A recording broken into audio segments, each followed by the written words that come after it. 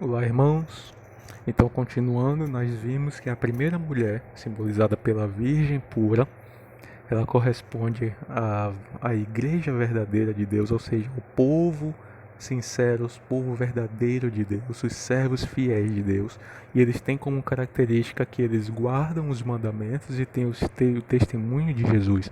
Agora, em oposição a essa, é apresentada uma outra mulher, uma mulher vestida de vermelho, que dita que como prostituta. Veja o que diz o texto. Transportou-me o anjo em espírito a um deserto e eu vi uma mulher montada numa besta escarlate. Besta repleta de nomes de blasfêmia com 7 cabeças e 10 chifres. Então uma das características é de que essa mulher que, como nós já vimos, mulher em profecia significa igreja. Então essa igreja está assentada, ou seja, ela tem o suporte da besta de capítulo 13. Da besta que nós já identificamos que vem, cujo poder foi dado pelo próprio dragão, por Satanás. Então achava-se a mulher vestida de púrpura e de escarlata, adornada de ouro, pedras preciosas e pérola, e tendo na mão um cálice de ouro transbordando das abominações e as imundícias da sua prostituição. E nós já vimos também em estudos passados que, conforme o profeta Ezequiel, conforme o profeta Jeremias, prostituição significa, em profecias, quebra dos mandamentos, idolatria, adoração a outros deuses, profanação dos sábados. Então, a mulher ela é dita prostituta e ela tem um cálice das suas prostituições ao qual dá de beber a todas as nações. Então, ensina essas falsas doutrinas que são oposição aos mandamentos de Deus. E na sua fronte achava-se escrito um nome, um mistério: Babilônia a Grande, a mãe das meretrizes das abominações da terra. Então veja que no período em que João escreve a visão, Babilônia já não mais existe. Então essa Babilônia que se refere é uma Babilônia espiritual, ou seja, uma confusão espiritual. Então vi a mulher embriagada com o sangue dos santos, com o sangue das testemunhas de Jesus, e quando a vi, admirei-me de grande espanto. Então veja que ela estava embriagada com o sangue dos filhos de Deus, ao qual Deus permitiu que perseguisse durante 1260 anos, período ao qual nós já vimos que é o período de atuação do poder papal. A mulher que viste é a grande cidade que domina sobre os reis da terra. Então as características da meretriz é que ela está assentada sobre muitas águas já vimos que são povos, línguas, nações, se prostituiu com os reis da terra, ou seja, contaminou os impérios mundiais com suas falsas doutrinas, embebedou os habitantes da terra, ou seja, quando uma pessoa fica bêbada, perceba que o simbolismo da profecia é esse. Quando a pessoa fica bêbada, ela não consegue distinguir claramente as verdades. Então ela contaminou as pessoas da terra, enganou as pessoas da terra, fazendo com que elas não percebessem as verdades bíblicas. Ela estava depois num deserto, ou seja, ela foi para o mesmo lugar onde a Virgem pura estava depois, foi permitida ficar para fugir da perseguição. Ela estava montada numa besta escarlate, vestida de púrpura e pérolas, ou seja, quer dizer que ela era bastante rica e conforme diz Daniel capítulo 7, tudo que fazia prosperava. Na fronte estava escrito um mistério: Babilônia a Grande, a mãe, e ela estava embriagada com o sangue dos santos. Então, a prostituta apresentada no Apocalipse capítulo 17, que se refere à igreja falsa, é Roma papal. São as doutrinas de Roma. São as doutrinas do Papa que falsificaram as verdades bíblicas e falsificaram as verdades do santuário. Então, quem é agora a besta que carrega, que sustenta essa igreja? O anjo, porém, me disse: por que te admiraste? Este é o mistério da mulher e da besta, quem tem 7 cabeças e 10 chifres, que levava a mulher. A besta que vistes era, não é, e está para emergir do abismo, e caminha para a destruição. E aqueles que habitam sobre a terra, cujos nomes não foram escritos no livro da vida desde a fundação do mundo, se admirarão vendo a besta que era, não é, mas aparecerá. Aqui está sentido a sabedoria. As 7 cabeças são 7 montes nos quais a mulher está sentada. São também 7 reis os quais caíram, 5 existe e um outro ainda não chegou, e quando chegar tem que durar pouco. E a besta, que era e não é, também é ele, é o 8º rei, o qual procede dos 7, mas caminha para a destruição. Os 10 chifres que viste são os 10 reis, os quais ainda não receberam reino, mas recebem autoridade como rei, com a besta durante 1 hora. Tem estes um só pensamento, e oferecerem à besta o poder e a autoridade que possuem. Pelejarão contra eles o cordeiro, e o cordeiro os vencerá, pois é Senhor dos senhores e Rei dos reis. Vencerão também os chamados, eleitos e fiéis que se acham com ele. Falou-me ainda, as águas que viste onde a meretriz está assentada são os povos, multidões, nações e línguas. Os 10 chifres que viste na besta, esses odiarão a meretriz e farão devastada, despojada, e lhes comerão a carne, e a consumirão no fogo, porque em seu coração incutiu que realizem o seu pensamento, o executem a uma ideia à besta o reino que possuem, até que se cumpram a palavra de Deus. Então, a característica da besta é que ela era vermelha, tinha nome de blasfêmia, 7 cabeças e 10 chifres. Ela era, não é e está para emergir do abismo e caminha para a destruição. Também é o 8º rei, recebe a autoridade de 10 chifres. A besta e os 10 chifres odiarão em um momento depois a meretriz, e o reino será da besta. Então a besta escarlate é um símbolo de Satanás. Há uma grande semelhança entre a besta do capítulo 17 e o dragão do capítulo 12, símbolo de Satanás. Ambos possuem 7 cabeças e 10 chifres. Eles possuem a mesma cor, escarlate ou vermelho, e os dois poderes se opõem a Jesus. Então a besta que viste era, não é, está para emergir. Aqueles que habitam na terra cujos nomes não foram escritos na fundação, no livro da vida, desde a fundação do mundo, se admirarão vendo a besta. Ou seja, quem adorará essa besta, elas são apenas aqueles que negaram a Deus.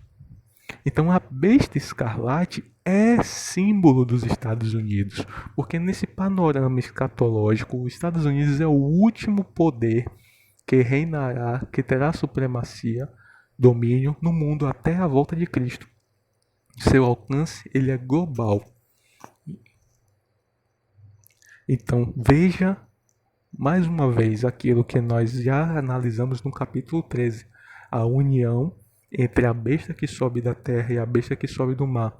A besta que sobe do mar representando Roma papal, e a besta que sobe na terra representando os Estados Unidos da América. E agora, no capítulo 17, é dito mais uma vez sobre essa união maligna entre Roma papal e os Estados Unidos da América. Veja o que diz sobre os Estados Unidos, que ele exerce toda a autoridade da primeira besta em sua presença, ou seja, tem um poder mundial.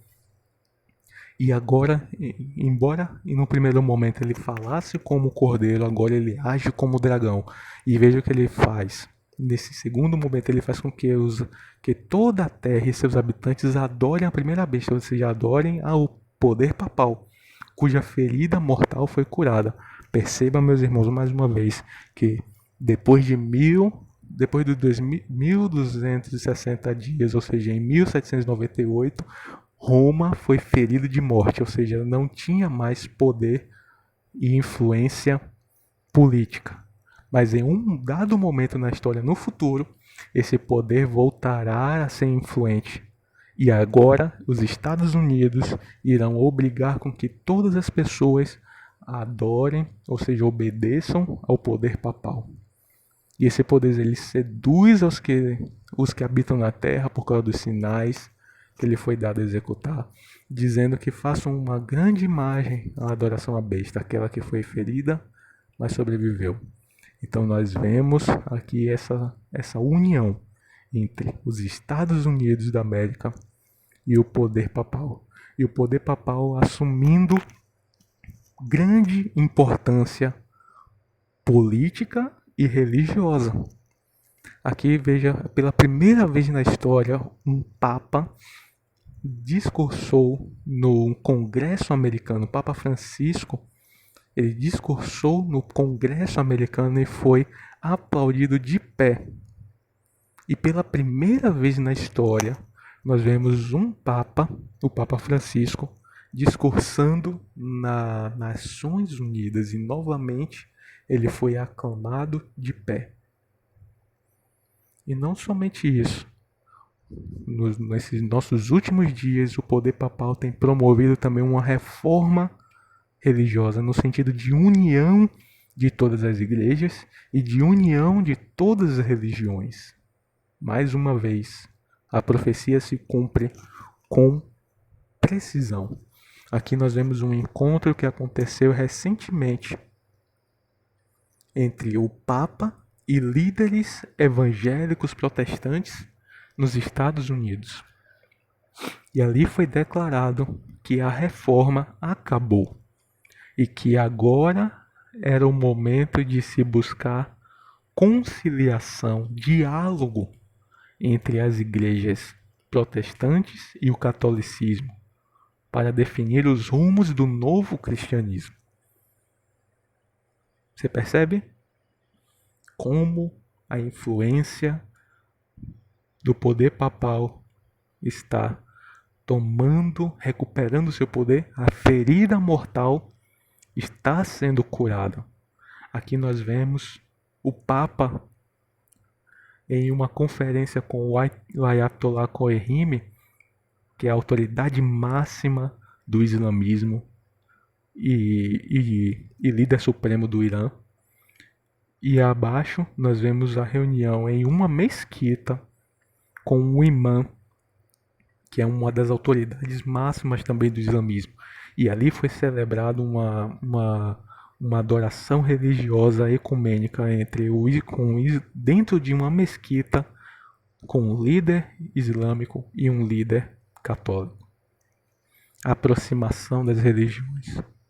E aqui nós vemos um congresso que teve, no qual o Papa e líderes de diversas religiões apontando como solução para as crises mundiais atuais a união entre os povos e a união entre as religiões. E acima nós vemos o Papa visitando o líder supremo do budismo.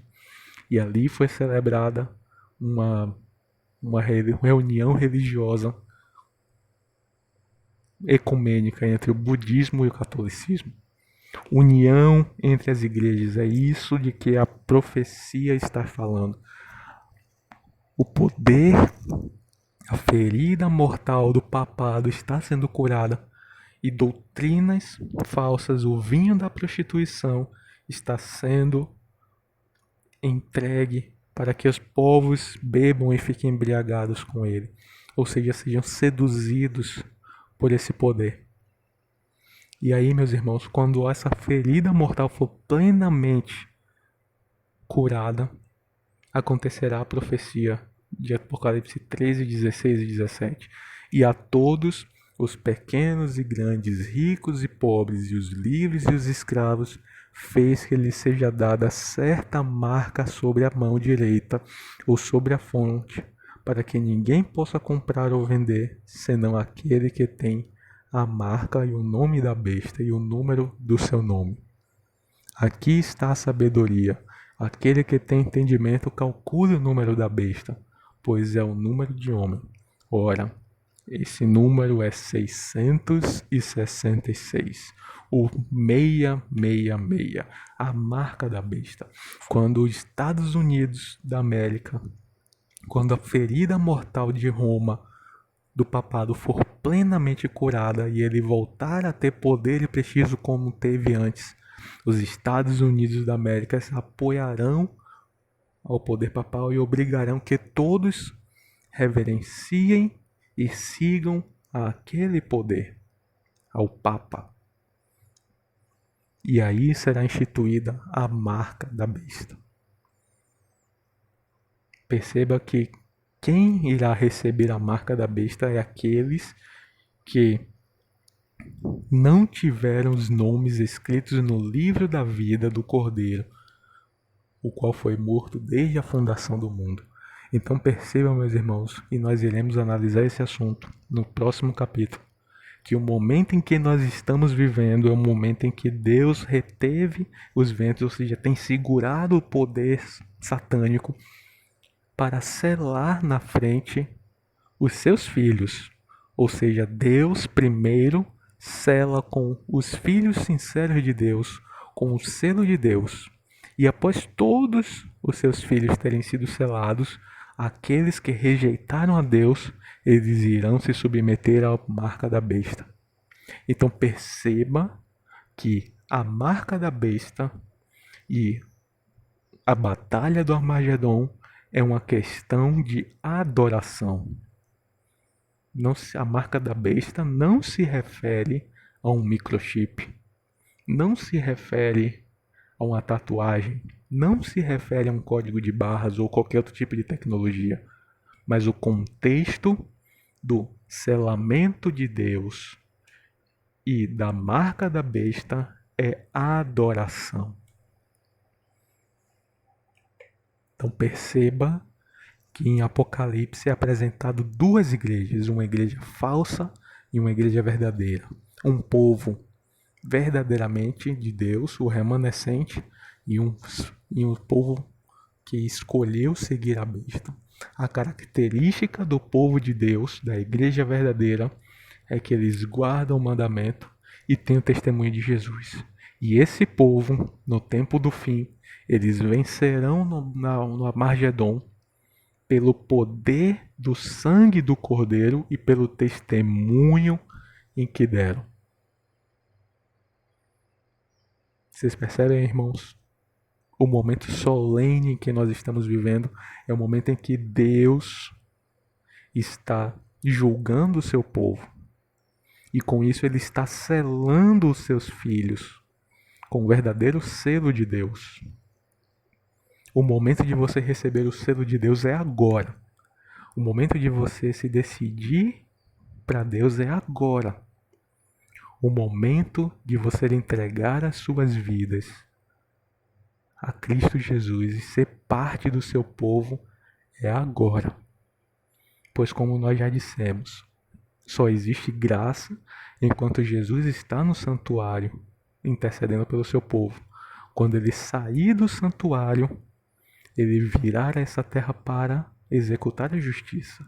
Quando ele sair do seu santuário, a porta da graça será fechada e todos aqueles que não receberam o selo de Deus receberão a marca da besta, porque eles escolheram não adorar a Deus verdadeiramente. E aí serão enganados pelo maligno e seguirão a besta e adorarão a besta e tomarão em suas frontes ou em suas mãos a marca da besta. Que marca você quer receber? Qual selo você quer receber em sua fronte? O selo de Deus ou a marca da besta? Se você quer fazer parte do povo de Deus e ser selado com o selo de Deus e ser vitorioso no Armagedon pelo sangue do Cordeiro, una-se a nós agora em oração. Santo e eterno Deus, Deus de Abraão, Deus de Isaac, Deus de Jacó, nós percebemos o momento solene que nós estamos vivendo e nós te pedimos, em nome de Jesus, nos sela com teu selo, nos guarda em teu nome, escreve os nossos nomes no teu livro da vida, pois te aceitamos a ti, ó Jesus, como Senhor e Salvador de nossas vidas.